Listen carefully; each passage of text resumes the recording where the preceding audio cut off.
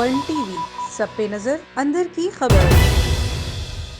Bulletin کا باقاعدہ آغاز کریں۔ آپ کو بتائیں کہ پاکستان پیپلز پارٹی کے چیئرمین اور وزیر خارجہ بلاول بھٹو زرداری نے کہا ہے کہ آزاد کشمیر کے جیلوں نے نیازی کی ناک کے نیچے بلدیاتی انتخاب جیتا۔ ہم نے جی اے بھٹو کا نعرہ لگا کر آمروں اور سلیکٹڈ راج کو خدا حافظ کہا۔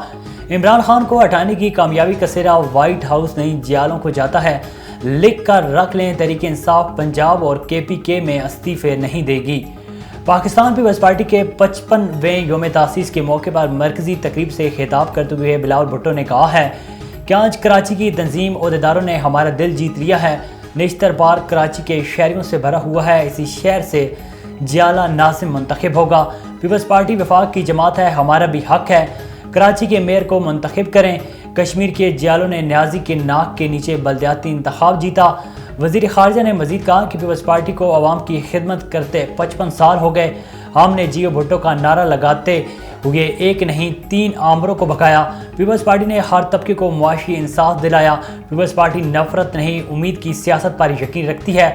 پی پی انتشار کی سیاست نہیں، یکجہتی کی سیاست پر یقین رکھتی ہے۔ پیپلز پارٹی ملک کو جوڑتی ہے، چاروں صوبوں کی زنجیر ہے۔ آگے بڑھیں، آپ کو بتائیں کہ وفاقی وزیر برائے قانون اور انصاف سینیٹر اعظم نذیر تارڑ نے کہا ہے کہ پاکستان متحدہ عرب امارات کے ساتھ تعلقات کو قدر کی نگاہ سے دیکھتا ہے۔ متحدہ عرب امارات کے وزیر انصاف عبداللہ بن سلطان سے ان کی ٹیلی فونک بات چیت ہوئی۔ اس دوران باہمی دلچسپی اور دو طرفہ تعلقات کو مزید فروغ دینے، دونوں ممالک کے درمیان باہمی قانونی معاونت کے امور، پاکستان کے F P T F grey list سے نکلنے کے مراحل پر بھی تبادلہ خیال کیا گیا۔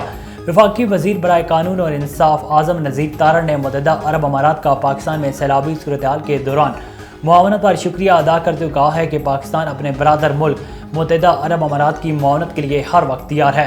انہوں نے کہا کہ پاکستان متحدہ عرب امارات کے ساتھ اپنے تعلقات کو قدر کی نگاہ سے دیکھتا ہے۔ متحدہ عرب امارات ہمارا برادر اسلامی ملک ہے۔ متحدہ عرب امارات نے ہمیشہ مشکل وقت میں پاکستان کا ساتھ دیا ہے۔ بلیٹن سے فی الوقت اتنا ہی۔ مزید خبروں اور اپڈیٹس کے لیے دیکھتے رہیے A1 T V. A1 T V, سب پہ نظر، اندر کی خبر۔